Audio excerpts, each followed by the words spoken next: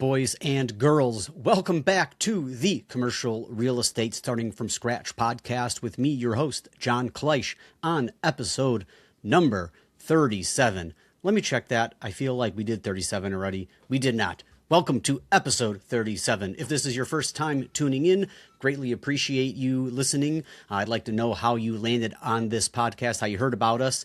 And to give you an idea of what we are doing here, this is a vlogumentary, I guess you could call it, right, on my journey into commercial real estate, starting from zero experience, $0 in commercial real estate owned, all the way up until however far we take this thing. I've been doing it now for 8-9 months, something like that. And currently I own 2 commercial buildings. Well, technically 50% of 2 commercial buildings in the Phoenix metro area. One is a industrial building that is mostly catering towards auto people, mostly body shops. And then I have an office building in Sun City. And we're doing this raw, unfiltered. I thought it'd be really cool just to document my journey, and it is meant to show the good and the bad side of real estate. On podcasts, you normally hear just all of the good stuff, so I wanted to kind of change that up and shine a light what's going on behind the scenes. So I know it's been doom and gloom, not a lot, but it's been a lot of bad news here and there, but there's good news sprinkled in here and there as we go. So the big update for this week has been, so you guys know that we have been in serious talks with that corporate workspace, executive suites, co-working type of deal. And I mean, my golly, we were like literally there. Me and my partner talked about it many times, and the last conversations, I think even on this podcast, we're like, hey, we're gonna go through with this, and we'll just kind of figure it out as we go. And then my partner John, also named John, he started to do some more digging into the particular company online and did not find any good feedback, and found out the exact opposite. There was a lot of people that were complaining about that specific company, saying they got hosed, blah, blah, blah. And I was like, oh my God, we're going to need to do a lot more research here. Let's pump the brakes. So we decided to do a lot more due diligence on them. And luckily, I have a connection from someone here in town that has actually done 2 deals with them, and he was the saving grace. I just texted him and said, another John. I said, hey, John, have you by chance done any deals with so-and-so company? And he's like, you need to call me. So I was like, oh boy, that's either really good or really bad. I didn't know which. And so it took a couple of days for us to get linked up, but had a really good conversation about it. And the general consensus, and that's I guess an understatement, he said, do not do this deal. These guys are frauds. These guys are scammers. They're just lying to you. I can't believe they are not in jail. They took me for a ride. They're still taking me for a ride, and it's going to end up with lawyers getting involved. So that's all that we needed to hear, right? So at first I thought that was bad. And then the more I thought about it, was like, wow, guys, we were razor close to doing a deal with these guys. And it was a 10-year deal. The soonest we could get out would be the 4-year mark. So imagine being in bed with these guys for 4 years. We spent $150,000 and nothing to show for it. In fact, probably would have been losing money, had to cut a check every single month. So that's not good, right? That would have been the worst case scenario, and it would have ended up badly. So that deal is dead. Fortunately, unfortunately, however you want to paint it, if it did work out, it would have been great. And it's easy to always get wrapped up in hearing the big numbers and, oh, wow, we just hire these guys and we're all good, right? Anytime there's third-party stuff where it's a service provider or someone that's going to be taking care of your marketing or sales or something like that. Now, I'm sure there are companies that do a bang-up job. However, I have yet to have anybody consistently, continuously rave about a third-party provider. So keep that in mind. I haven't come across one. Every time we've outsourced something, it's maybe had a little sprinkles of good in there, but the bad has just outweighed the good by far. So, I guess I should have probably thought about that earlier into this deal. But when you are sitting there, you're on the market, you're not getting any real big serious bites. These guys come along, start flashing some numbers. It's definitely easy to get carried away. Obviously, this is what they do, right? Their job is to get as many people in their program as possible because they're not paying for it. They're just there. They put up an operator and everything like that, but we pay for them eventually, right? So it's not like they have much skin in the game. So if they get 10 properties and they lose on 8 of them, they don't care. They don't care. Their marketing doesn't change and everything like that. In fact, their marketing per click gets lower the more buildings they have because it's spread out over all of those different properties. So long story short, that's that. That's long gone. We're not moving forward with them. Now that conversation went further. John was like, hey, dude, I have 11 office buildings that I lease out to co-working spaces and they all crush. I've been doing it 15 years. So he said, John, I will more than gladly hand over my books. You can see what my numbers are. I will gladly help you guys out, show you my process. And what I want to do is I'm going to tour your building, check it out, see what I think. And then I want to bring you to a couple of mine so you can see how they operate.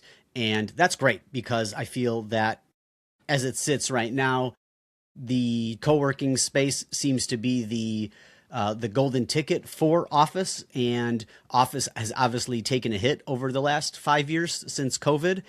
And we're kind of feeling that for sure. The office is a little bit big, so we are going after a fairly large tenant, 6,400 square feet, rents like 11 grand a month on something like that. So the pool of companies that are looking for a space like that is very, very small. So we're going to continue to try to lease the place out as a full unit, but I also think that we're kind of at the end of the rope. It's been about 5 months now since we've had that place up for lease. Nothing overly serious has come through the door for a big, larger tenant. And I think this is the play to move forward. What we're going to do is I'm going to go hang out with John for a day, tour his facilities, check out his numbers, see what he has to say, and run the numbers, because we were running the numbers this morning on it as a co-working space. And with limited knowledge we have on the area and co-working in Phoenix right now, the numbers weren't that great based on what we were seeing. So borderline not worth doing the co-working. So I feel like maybe there's something that we are missing. Maybe we're not accounting for all of the different offices where we can fit 2, 3, 4 people in some of these offices and rent it out for much cheaper. So a lot more due diligence has to be done on that part, which will all get taken care of when I go tour these facilities here with John. I'll have a lot better idea on what numbers, what things are going to cost, and what that looks like and how to run it. But also, too, we can split this place up into 3 units of about 2,200-ish, 2,100 square feet-ish of space. So then we would need to get $3,500, $4,000 for each tenant, which is quite a bit more reasonable for someone to. A lot more companies can, only need 5 offices and spend $4,000, $3,500, $4,000 a month. So we've been trying to do that, but with the broker, I feel like the marketing piece really wasn't there. And so we're going to just not lease it as a full space anymore. We'll still offer it, but we'll have different listings saying, hey, 2,200 square feet of office space, 5 offices, break room, this, to cater towards that folks, instead of having one big listing and it's kind of just muffled up in there. I feel like that would be a really good, a much better tactic to get the place leased up for smaller units. And then you can always do a mixture. And this is how I see this one going, where we rent, say, a third of the office to one company, or maybe another third to another company. So we have 2 different companies renting in those larger spaces, the 2,100 square feet ish. And then the other section we can use for co-working, and we'll have 5 offices there. And I bet we could probably squeeze something like 7, 8 people in there. So That's how I see that working out. And John did mention that to me as well, how a lot of his spaces, there are companies that are renting out, 4 or 5 offices or a whole floor in his case and things like that. So I feel like that's going to be a good mix. One thing that I did, or he did mention and does make a lot of sense, is the hard part is in the very beginning of leasing when you're doing co-working, because you have a fully empty building, right? There's not people in there. There's not hustle and bustle. There's not the noise. It's very dead air. It's quiet. It seems very sterile. So in the beginning, you got to get a handful of people in there, probably cut their rates really low, do a lot of marketing up front, and then eventually it'll get easier as more people fill in the space. So that's something to keep in mind as well. Overall, the timeline, we still have about 6 months for our notes to be due. And in a perfect world, we can get this place leased up over the next couple months and then at least have enough revenue on the books, or at least revenue from leases signed, that we can go out and get an official bank loan. We may have to do an extension with our hard money lender if we don't get that. We don't hit those numbers in time, but nothing we're overly concerned about. The timeline on that, I don't think is going to be a big deal. I feel like that asking for an extension for some more months from a lender is not a big deal. It sounds like that's pretty standard for them, and especially if we're leasing it up and we have leases in place and everything like that, that should not be a problem. And besides, it's only like 400 and something grand, 400 or 500 grand that we have with them. So if we needed to, we could fill them out on a bridge loan or something like that. But so far, that's the plan with Thunderbird. Call that crisis averted, right? It's all about, I shouldn't say all about, but a lot of it has to do with the deals that you don't do versus the ones that you do, right? And we'll never know how it turns out, and it could have been great and it could have been awesome. But after getting that feedback and hearing all that stuff online, I feel like it was a uphill battle. And the odds were way stacked against us for it to even work out at all. So glad we got some information on that, because that's been weighing over my head a lot. Just not sure what to do with them. And if you guys know, having like decision fatigue or having things weighing over your head, and even though you're not working on it every day, it weighs on you. It feels like you're carrying a 20-pound weight around everywhere you go. Always constantly thinking about it, what to do, and having those big decisions. So having that lifted off of my plate was pretty good too. So overall, not bad news on that end. On grand updates, I don't have anything really spectacular to announce yet. Still trying to get that tenant 2 space leased up. I have one guy that's was seemingly ready to go. Well, 2 guys that were seemingly ready to go. And then now, as we get closer to, hey, let's go, everybody gets kind of cold feet and they start getting nervous about everything. Now, the 2 interested parties that I have still are playing that game. They don't answer my calls when I call, and they'll text me at weird hours and stuff like that. So I got to really figure that I want to really push them. And in the meantime, I'm just going to continue to go out and still entertain people that are looking for that spot. The marketing is still going. My plan on that end, on the leasing side, is to not act like I have 2 people in the hopper, and I'm out there trying to get more people in the place to show them and hopefully find another tenant or get one of these guys lined up. So my plan is to push those guys a lot this week and see what their plan is and see how that moves forward. I'll tell you, if they don't get a lease signed this weekend, I'm going to just write them off, because that's crazy. I've been in talks with these guys for one of them for like 4 or 5 weeks now. So every day that goes by, losing faith in that, which is fine. That's totally fine. Just like anything else, right? How do you say? It always works out for us. So maybe it's a good thing that these guys didn't want to sign. Maybe they wouldn't work out. Who knows? I'm not overly worried about grand. That tenant 2 space is very desirable, and it should not be a problem. I would say 2 months we'll have that place leased up, if not sooner. If I have to go find someone else new, I bet it'll be like 2 months. If one of these guys ends up signing here, it should hopefully be a start date within the month. I am finally getting the coolers installed, the evap coolers. That was a big to-do.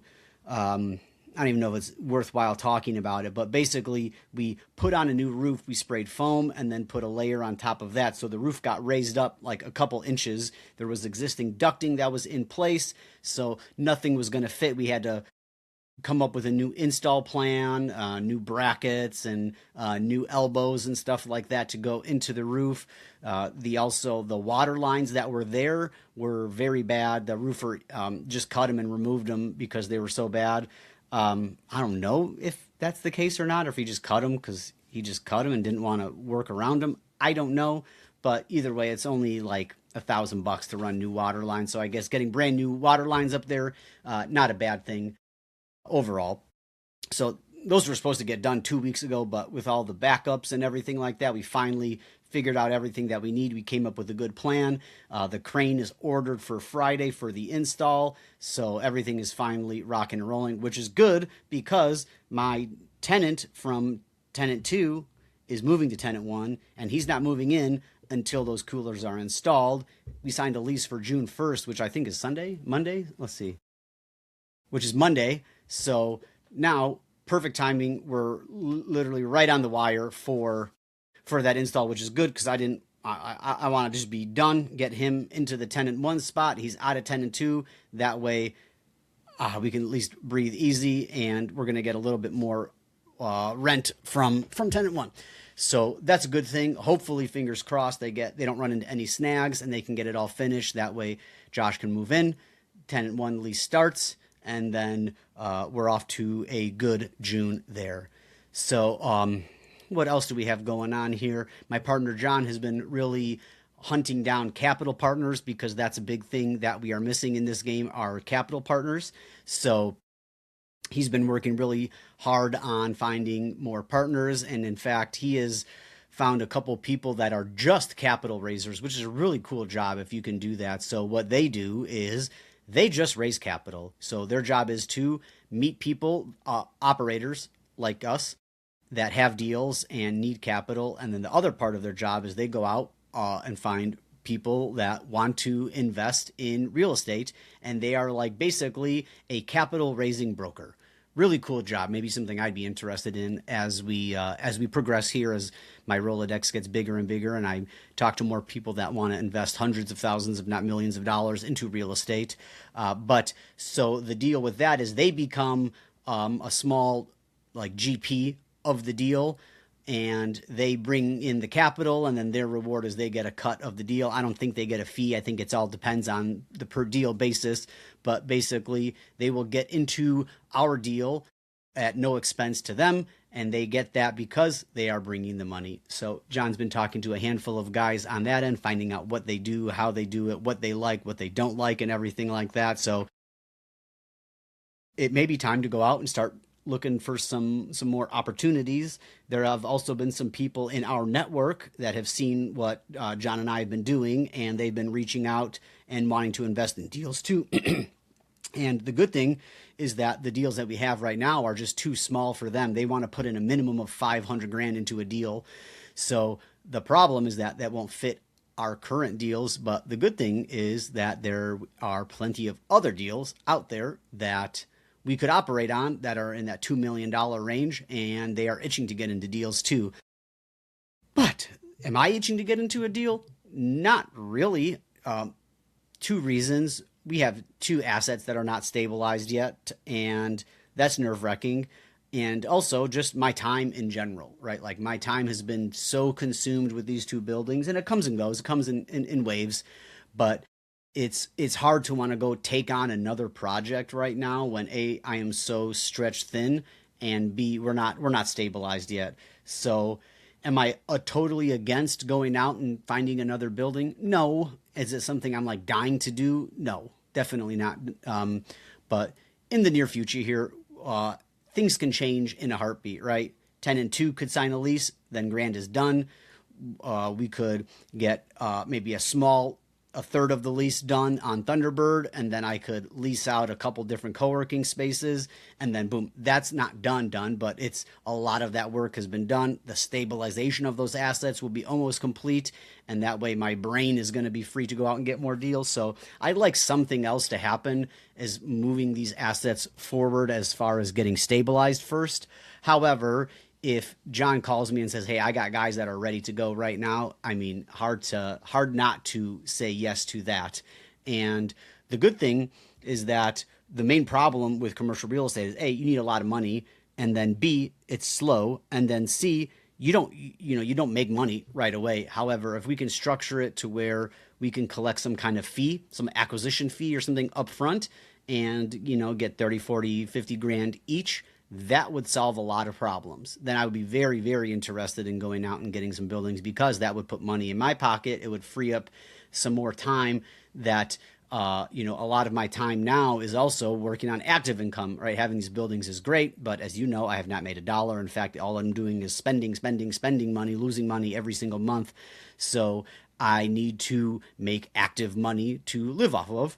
If we could figure out a way to get active money on the acquisition of these assets, that would be the best situation ever, because then I could go out and say buy 3 or 4 of these buildings, and if I'm getting 30 grand each, that's 120 grand. That's almost enough right there. So there's that as well. Now, but again, for this, I would say that at least this next month, I am really focusing on just the buildings that we have and getting those taken care of first. It's easy to get carried away and want to move on, and flashy, what is that called? Shiny object syndrome, right? But trying to stay focused, stay at hand at what we have here. I'd really like to get these assets stabilized, get some leases in place, and then we can start looking at some more assets, which is going to be fun because now I have a lot more experience, right? I know a lot more about it. I could walk a building and know what it's going to take, not only on the rehab side, which I had a good idea of before anyways, but more so on the management side, the tenants, the monthly rates that we can expect, how to find these tenants, how to vet them, and everything like that. So I don't imagine we would be running into a lot of the same problems we had from the first 2 buildings on the second, or on the future ones that we have coming up. So it is also exciting to think about getting some new buildings here. I feel like it would be a lot more streamlined. The process is getting a lot more dialed in. And of course, you learn as you go, right? It's only hard until it becomes easy. So there's that as well. But overall, I think that's a good place to really stop the podcast here before I start rambling on about other stupid stuff. But so yeah, that's what we got going on overall. Thunderbird squashed that plan moving forward, about to come up with a plan here next week. After we meet with John, we'll sit down and figure out a good plan for Thunderbird. Grand, we've had that plan for a while now. We just need to execute on that plan, get some leases, and I know it from the bottom of my heart. In 3 months or so, the whole tune of these assets will change dramatically. I feel like in 3 months will be a lot different of a spot. Every week that goes by, we're getting closer and closer, and less bad things are happening, and things are starting to move in the right direction, which is amazing, because for a while there, we were not. We were going backwards. So now we're going forwards. I like to be on the attack, have that momentum. I do not like to be playing defense the whole time. It is almost a point of weakness, and I do not like operating on that end of things. I like being aggressive. I like moving things forward and pushing, and that is how John stays happy. So that's the plan moving forward. Guys, follow me on Instagram, john.kleisch. If you liked this episode or did not like this episode, whatever you thought of this episode or podcast, do me a favor, just leave me a 5-star review, regardless if you like it or not. And if you didn't like it, but you think you have a friend or a colleague or know somebody that would get a kick out of this podcast, please share it. That would mean the world to me, trying to grow this thing organically. And it's been fun. So I really appreciate you guys tuning in. Thank you very much. And that is a wrap. We'll see you guys next week. Hopefully have some more cool updates for you. And on that note, we're out of here. Take her easy.